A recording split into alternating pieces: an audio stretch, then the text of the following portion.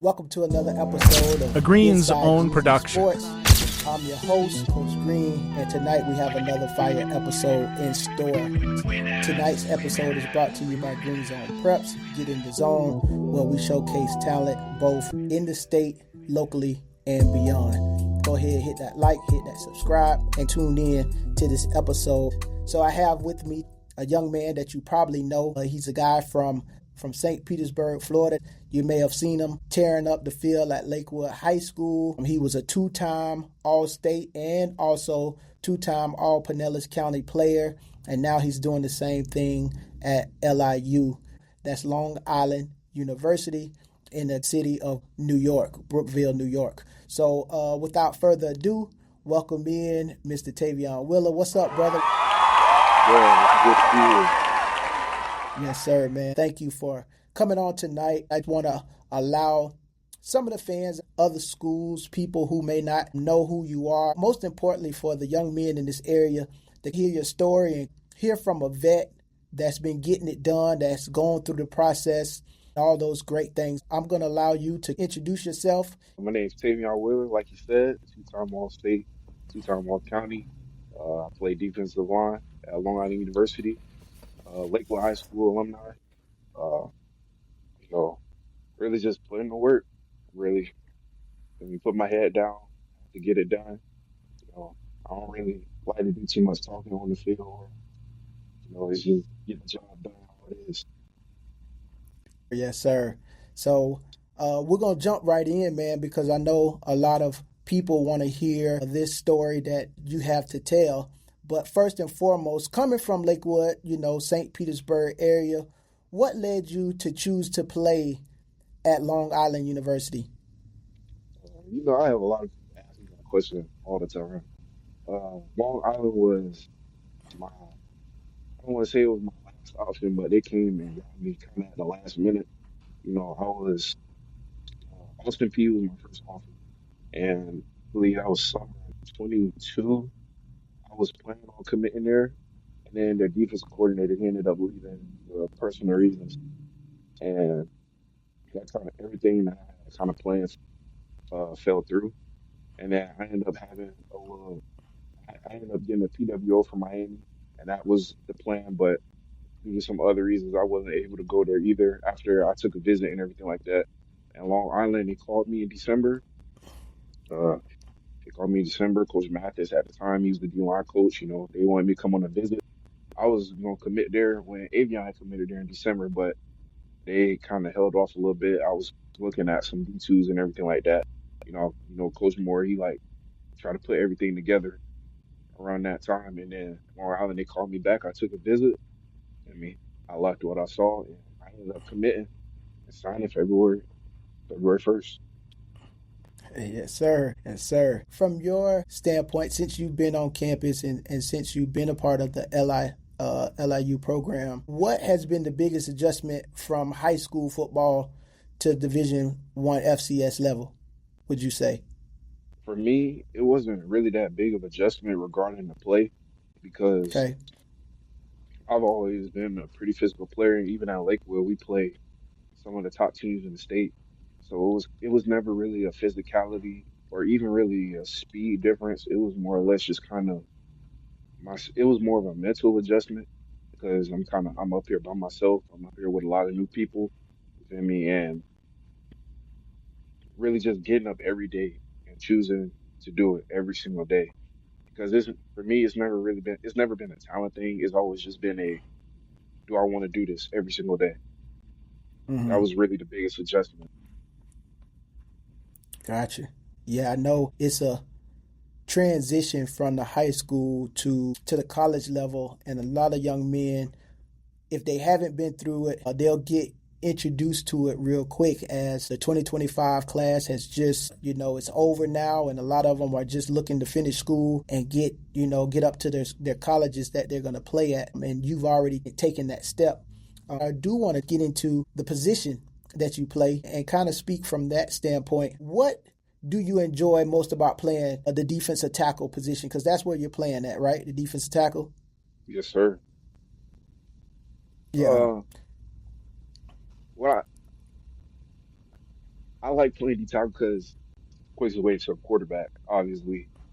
But you just get to do a plethora of things. Honestly, just show your dominance whenever you can. It's not so flashy unless I mean you can make it flashy, but it's getting from point A to point B. You feel me? Just trying to take steps, take strides. Because who you gonna win? The guy across from you or you? You feel me? You gotta be as physical as possible, be as fast as possible, recognize what's going on, be smart. A lot of people think that as a lineman, you gotta be dumb and just be this big old maul and just run into people. When it's at college level, especially at the FCS level, it's not like that. You have to use your brain a lot more than you think you do, and be able to understand what's going on around you to be able to make the plays that you need to make. Yeah, it's definitely a different level once you get out playing that big time football. That leads me to this question. How do you prepare mentally for a game, like physically and mentally? How do you prepare? So for me, I'm not like a big routine guy. Everything just kind of happened naturally. But throughout the week, because we got last year in the spring, we got a new defensive line coach, Coach Ali Agbu, played at Penn State early 2000s and for the Colts for a little bit. And he kind of changed the mentality of the room. I mean, hot shower before practice every day. Uh, Hmm. take caffeine, whether it is you taking a caffeine pill or you drinking coffee or do whatever, so you can be the best that you can be during practice and take all the reps that you need to take at the best of your ability. And then all of that will end up building up. And throughout the week, you watching film, you're doing everything that you need to do. I'm an extra film guy. I love watching film. I love coming in to go watch film because I'm just a brain guy. I like beating people with my brain more than my hands. Right. So I love watching film and getting stuff like that done. And then I just love being up there with the coaches and seeing what the game plan is, seeing how to do things easier, make things smarter, not harder most of the time. So really, Okay. all of that just kind of goes with each other. And then on game day, I'm real quiet. I don't too much. I don't talk much. I mean, I turn on my gospel music, go in my little area, and when it's time to strap them up. Yes, sir. And I know that you get it done. So, are there any D tackles either in college or professionally that you would say you model your game after? Somebody I watch all the time, probably, especially towards the end of last year, I started Hmm. watching Warren Sapp a Okay. whole lot. I watch Warren Sapp probably more than I watch anybody else. I just think the way that I play is a little bit closer to how he played in his prime and stuff like that. And for me, of course, taking it back to around y'all day, John Randall, I watch him a little bit every now and again, and just people like that. And of course, Aaron Donald and all those real good players in my generation, just really trying to watch the little things that they do in their game and put it into mine. Right. Yeah, you have to throw those old school guys in there, man. They Yeah. were just straight dogs and they got it done. You know what I Yeah. mean? Who put you on the spot, but who do you think has been the toughest old lineman that you've faced, whether it's if it's a teammate or somebody you've played against since you've been at LIU? That's a good question. I don't know his name, but we played. Looking at the schedule, people probably think it'd be TCU O line, but Uh-huh. they weren't. I was hurt that game, and honestly, they wasn't really all of that to me. It was Albany offensive line that really they put it on me that first game. That was my first game that I started. Okay. They gave me work that game. I'm not gonna lie. Well, I Ooh. gave them work too, but it was a Yeah. good game. It was a good game. Yeah, them boys not playing out there, man. I'm telling you. I'm pretty sure each week you're facing 300 plus, and most of those guys are either guys that may have been out, grabbed from the portal, coming from bigger Power Four Yeah. schools, or guys that's been in the system for a while that are just savvy vets that just knows how to get it done. I'm pretty sure that each week you got to definitely bring your A game at this level. Break down your game as a defensive tackle. Well, honestly, I'm real straight to the point. It's you get vertical, get forward, put hands on. My get off is kind of what I lean on. Beating people off the ball has always been my thing. Even in high school, Coach Fowler, he really instilled that in me while I was there. And Coach Fowler and Coach Moore made sure, and Coach Span, they made sure that was something that wherever I went, it would translate. So my get off is really around line. But after that, it's all about see ball, get ball. I mean, I always lived by this in high school. I don't like being touched. So I don't like being touched. So if I get my hands Okay. on Yes, you sir. and I don't have to worry about you touching me, then I don't. You feel me? I just that's how I get it done. So Right. I'll be as fast as possible, as physical as possible, and then when I see the ball, go chase it down. Yes, sir. Yes, sir. That's what makes you a dog out there, man. And I had an opportunity to watch you in high school. Haven't been able to see you at the college level yet, but I may surprise you and be there week one. I'm not going to tell everybody yet because that's coming down the pike later on. You just got to keep listening and you'll see why I said that. Give me your best game day experience? TCU was definitely an experience for me. I loved TCU. It was a good place to be in. Uh, Mm-hmm. it was a really good environment having all those fans there. You know, we don't really too much get that.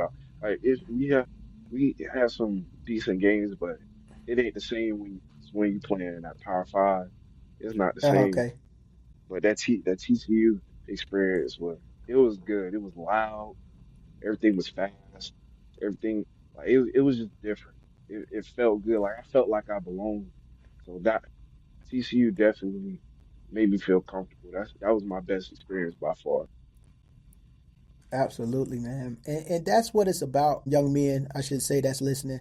That's what it's about. No matter what level you go to, you're going to play a school that it may not be the size of a TCU, but they're going to have the fans, the excitement, and it's going to be an experience that you'll never forget.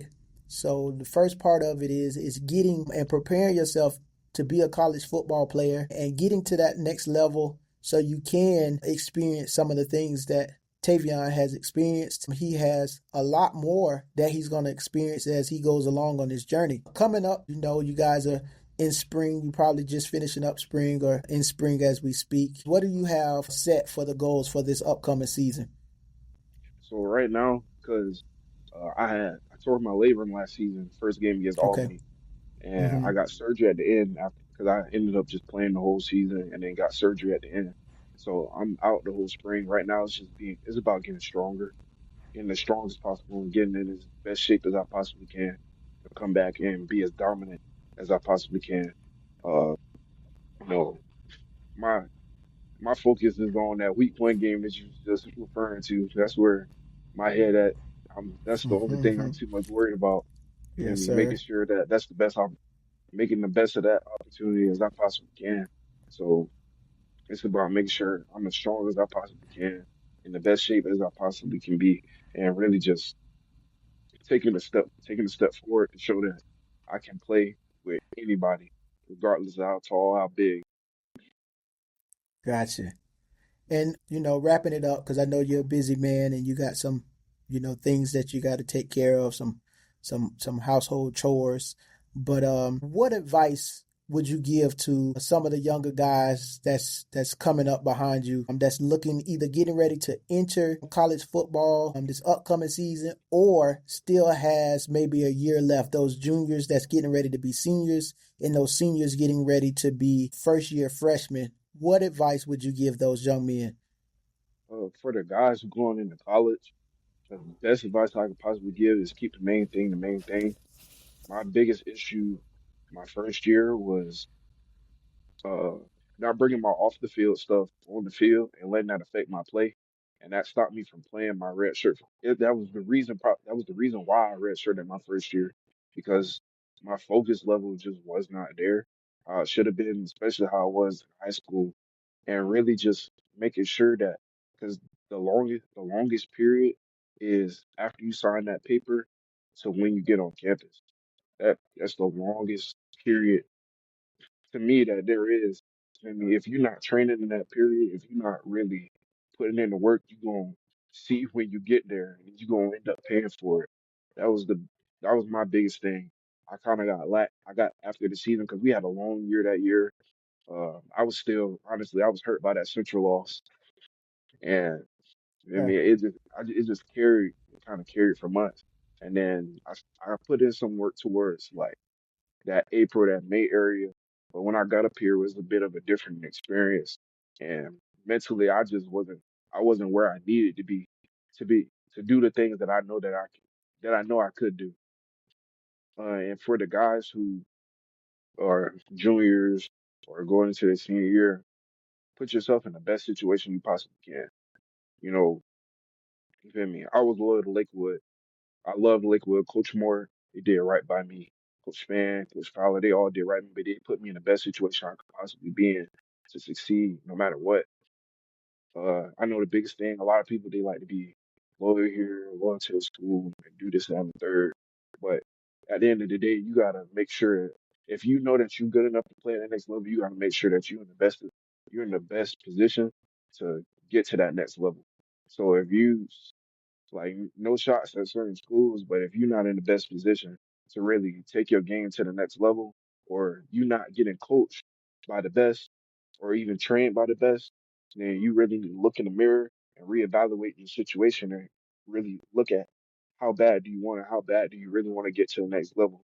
Because everybody can play at this level, but if you're not here, then it don't even matter if you can play or not. Absolutely. Young prospects that's coming up, I hope that you listen to everything Willa just said is so critical.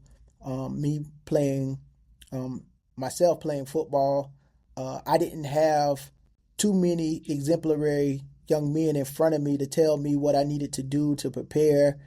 I did go to a JUCO level first out of high school, and that kind of prepared me for the FCS level. But if I would have had someone like you to come back, I've had an opportunity to witness you being out there doing spring, doing summer, and just telling the guys like, hey, this is what it's going to take in order to succeed at the next level. And that stuff is invaluable because when you have a voice that can give you some essential information prior to getting to where they're going, man, it's nothing like it. If you young men don't do anything else, listen to the last few things that he said about being prepared, making sure that you guys take it serious and prepare like you've been there. And it definitely will make the difference when you do arrive on campus at the next level. So Taveon, I'm not gonna let you off the hook. You thought I was gonna let you go? No, sir. I got a couple of hot questions for you, man, that I want to rattle off on you real quick. And these are fun. These are for the fans listening to this podcast when they get a chance. But here we go. So first hot question on the bang. Week 1, LIU goes down to Gainesville. They play the Florida Gators, people, for your who's wondering. I told you we was going to talk about week 1. Who you got week 1 versus the Florida Gators? But I gotta go with my squad. I Okay. gotta go with my squad. Feel me? Yes, sir. I think we're gonna shock a lot of people. We got a lot of talent out here. A lot of talent out here. It's really for us. It's just about putting it together and making sure that we the best team that we could possibly be. But we got a lot of talent out this way. Yes, sir. Hey, DJ Lab, he coming. You know what I mean? DJ better be He on coming. his, yes, sir, P's and Q's. P's and Q's, Florida. So that's what's up. Next one. Sing the first line of your fight song. And I know you gotta have it. You gotta give me something. I Give me don't a even think we got tune. a fight song. What? I don't even think we have one. Okay, I'm gonna have to talk to the administration at LIU. I mean, I know you guys are the Sharks. Man, we gotta have a fight song. Yeah, I Victories don't even think come, we got one. and it has to be something to be celebrated. All right, so we gonna skip that one then. Okay, next question. If you wasn't playing football, what do you think you would be doing? Right now, I'm getting my degree in marketing. I love marketing Okay, because I play every instrument in the book. So it's kind of like I could make a pitch. I can pitch because I like presenting. I'm not scared to stand in front of nobody and present. I could make a jingle like that. It ain't nothing for me to do anything like that. So I think I'd be doing something with marketing or something with music for sure. man, that's awesome, man. When you come back, man, you're gonna have to teach me a little thing or two on the drums, man. I play, but I've heard you, and man, I need to. I got some work to do. I can take some lessons from you. All right. So our next question: light blue or gold? Is that the color of y'all uniforms? Right? Is what color blue is that? I think it's sky blue. It's like a sky blue, Okay. I believe. Okay. So sky blue Yeah. then or gold? What's the color? Sky blue, I think, is the main. It's the main color, and gold is the tertiary. But Gotcha. I like our little color scheme. It's nice. We Yeah, put it but together right. if you had to choose one, which one would it be? Oh, that's a good question. I like that sky blue. I'm not gonna lie. I like that blue. That Okay. blue is nice. Okay. All right. This question make you think a little bit. If you're stranded on an island and you can only call one of your teammates to come save you, who are you calling? Stranded on the island, somebody come save me. Oh Yeah, man. and one of your teammates. Who you calling? Oh, man. It's between two people. Stranded on the island. It can even be a high school guy, one of your high school partners from back at you know. Oh, if I'm stranded on the island, it's one of my high school guys. I'm calling Kyrie. It's not even close. Okay. Yeah, I'm calling Ree. Yep. Okay. I know Ree gonna Yes, come sir. get me. But Yeah, that's if it's what's up. somebody from up here, I'm gonna call my guy Kesney. He played football down at Vero Beach. He played Okay. D one of my D linemen. Yeah, Gotcha. That's what. Okay. So check this out. I know you're a ways away, but when that call does come in April, we have a few young men that you've played with or I'm sure you know played against who's getting and preparing for the NFL draft. Recently, they've had their pro days, and now they're sitting back waiting to hear their name called later this month. But when you get in that position, or when you get a chance, which NFL team would you want to hear call your name out of the 32? but just off of my preference or like situation. Where would you want to go? If you had a choice to choose any team and they say either we're bringing you into camp or we're taking you at this pick in this round, who would you want that team to be? Let's put it like Bucks, that. my Bucks. Tampa Bay. Yeah, All right, Tampa. I need to come back to the crib. Yes, sir. Nice weather. Be able to play back in front of all the hometown No space fans. tag. Yeah, family get to come see you at all the home games. That'll be love, man.